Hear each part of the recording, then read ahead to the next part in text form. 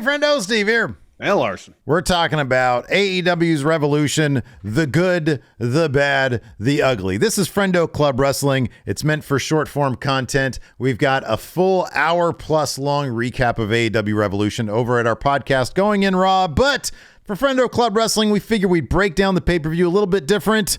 The good, the bad, the ugly. Larson, what's your first good for AEW's Revolution? Good I got here is the House of Black winning those trios titles. They seem to be kind of cast adrift creatively for a good portion of their time in AEW. They needed a huge win. They needed some semblance of direction. And hopefully winning those trios titles accomplishes both of those things. The champions, obviously, is a huge win. They beat the Elite. The Elite's name is the name of the company. It's a pretty massive thing in that aspect. Now we got to see if there's follow through and direction coming out of this window. They can actually be booked as a dominant faction like they should have been from the very beginning, ever since Malachi Black showed up in AEW. Or it's going to be more, and I understand like the feud with Death Triangle, there were some issues with injuries that probably hampered the creative aspect of it. But hopefully they get that all straightened out. They can have a dominant run as trios champions, tell some intriguing stories that adds dimensions to their character, that adds to their mystique, and just don't keep them in the trios division. Let's see Malachi have a match with Kenny. Let's see if they have a one-on-one bout, and if Kenny wins, the Elite get a rematch for the trios titles. Something like that. Yeah, that point I think is what my biggest takeaway from their trios titles win. It's not like there's a ton of strong trios opponents out there for them.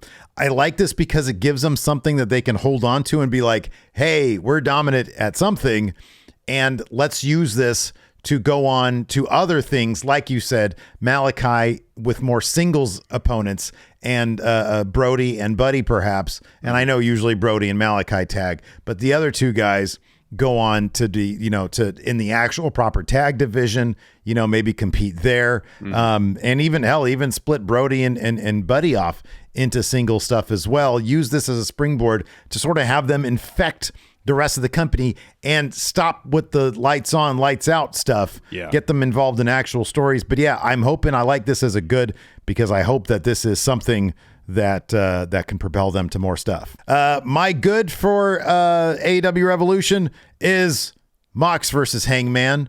I thought this match accomplished several goals. Number one, Hangman has already concussed Mox with his devastating buckshot. Mm-hmm. Having him tap out is maybe a bigger deal than that.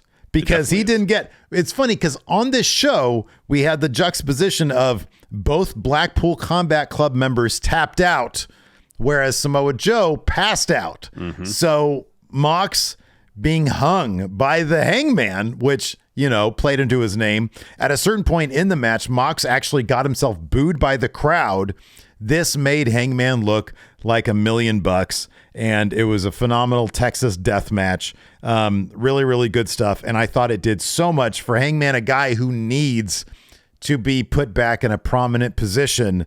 I suspect that Tony Khan's probably not going to book him as AEW World Champion anytime soon, but maybe he could be the first guy to be Triple Crown Champion if he goes after the TNT title, if a bad guy gets his hands on that, or screw it, have Hangman go after Wardlow. Why not? I think Hangman, maybe if he comes away from this match with a bit more of a Mox type attitude, where he can be kind of a dick as well, that might not be terrible for him as well. Yeah, it might not be. So let's move on to bad now. Yeah.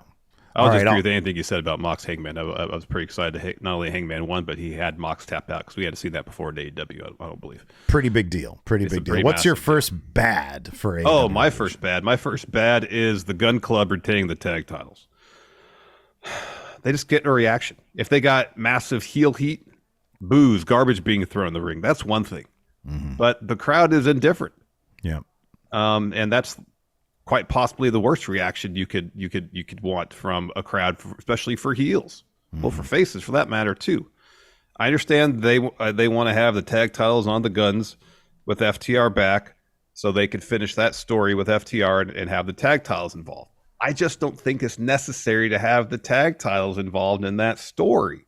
FTR can get their win back over Gun Club, and that win could catapult them back into tag title contention rather than having the feud itself be for the tag titles. And if the whole goal of this is to put the tag titles back on FTR, then have them in the match at Revolution. Yeah. Rather than Orange Cassidy and Danhausen. You had the opportunity with the Casino Battle Royal. Either you have them win that, they show up there, or you just say there's an empty spot on the card or in this match, and you have FTR be surprise entrance.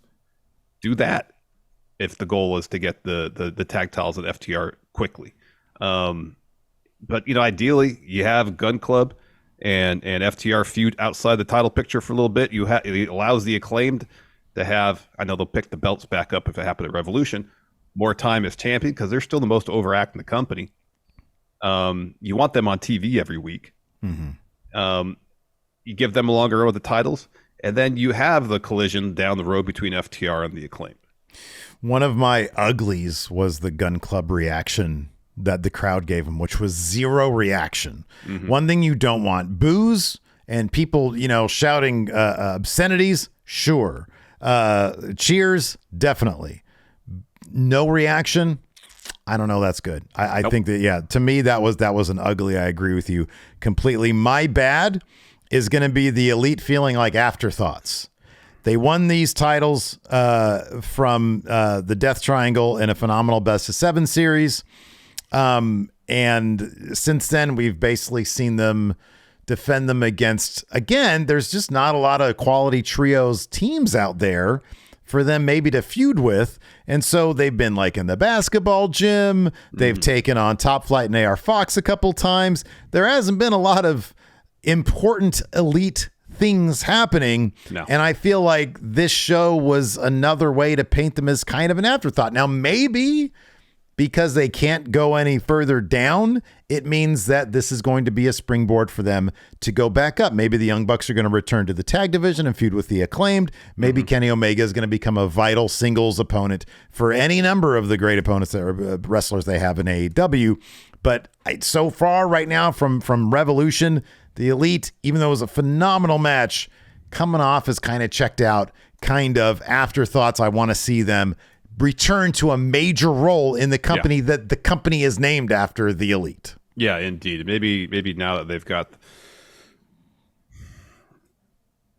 maybe now they got the trios titles off them, they can actually be doing something creatively more substantial. I don't mean to say that the trios titles aren't substantial after saying it's a huge deal for the House of Black to win them, because that's not the case. I just feel like you're right from a creative standpoint. Since the best of 7, the Elite really haven't done anything that feels essential to weekly television. And considering the company is named after that faction, you would think they would be in the mix in essential storylines. And it just hasn't been the case of late. So hopefully Kenny can go off and eventually have a feud with MJF, because I think it'd be good for MJF to have feuds with and beat wrestlers who have at one point been dubbed the best in the world. Yeah. And if he can go and beat them all, that really solidifies his own case as best in the world and really builds him up. So whoever beats MJF down the road is going to get a huge win in that respect. Yeah. All right, man. What's your first ugly from AEW Revolution 2023? I mean, this one seems pretty obvious. I understand getting heat. I understand interacting with fans. If MJF wants to go in the crowd and take some dude's hat and throw it into the crowd, I mean, if it happened to me, I wouldn't be happy, but I understand at the same point, this is wrestling, and this part of the business is MJF to get his heat. You don't throw drinks at kids. Yeah, probably not. Don't do it. Yeah, you don't do it. Yeah, probably. I understand as a ticket buying customer, the possibility exists that I could get involved in a show. I understand that. Yeah, a kid going to the show might not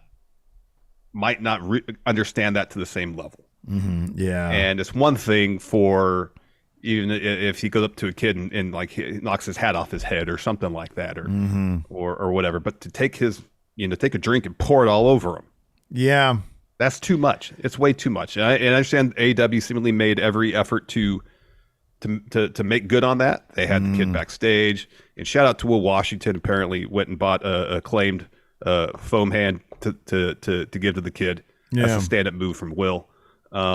And like the kid got to go backstage. There's a picture of him with Will Hobbs. But that being said, You don't do that kind of stuff. So yeah, this was on my ugly as well. And I think that in a certain context, this could be okay. And I'll tell you what that is. If the kid was like thoroughly engaged with the show and he's like shouting at MJF, and there's sort of the idea that, oh, this is all in good fun and he's doing that. And MJF, I mean, to his credit, he didn't pour it on his head. Yeah. He just sort of threw it at him. And if MJF did that and like clearly it was water, there was some report that it might have been tequila. I don't know about that. Yeah. But if he had taken like a little glass of water, you know, a cup of water while the kid is giving him the business, and there seemed to be like, okay, this kid seemed to be thoroughly checked out of the show. He was just sitting there. At this point, he was just sitting there. He seemed like not to be paying attention. And MJF did that, and the kid gave no reaction. So even from like a viewer standpoint, it's not like, oh, this is a back and forth between audience and MJF. In that case, I could see a situation where it might be okay. This kid wasn't doing anything. He was just sort of sitting there checked out. And so it didn't even really resonate as, oh, MJF is giving the business to some kid who's giving him the business, and everybody's participating in the show. Yes. It's this kid's just sitting here minding his own business. He's got an AEW title on. He's sort of looking away. And MJF did. It's like, okay, what was the point of that? So, yeah, I put that on my ugly as well, along with Christian's turtleneck shirt. Oh, the sleeveless turtleneck shirt was so ugly, Larson. It was ugly. It's supposed to be ugly. That's the point of it. Then we agree it was ugly. It was ugly, but it was intentionally supposed to be ugly. It was definitely supposed to be ugly. Let us know what your good, bad, uglies are for AEW Revolution. Dump them in the comments below. Thanks for watching, everybody, and check out these videos here. Hit that subscribe button, a like button, all that stuff. Yes, please. Bye.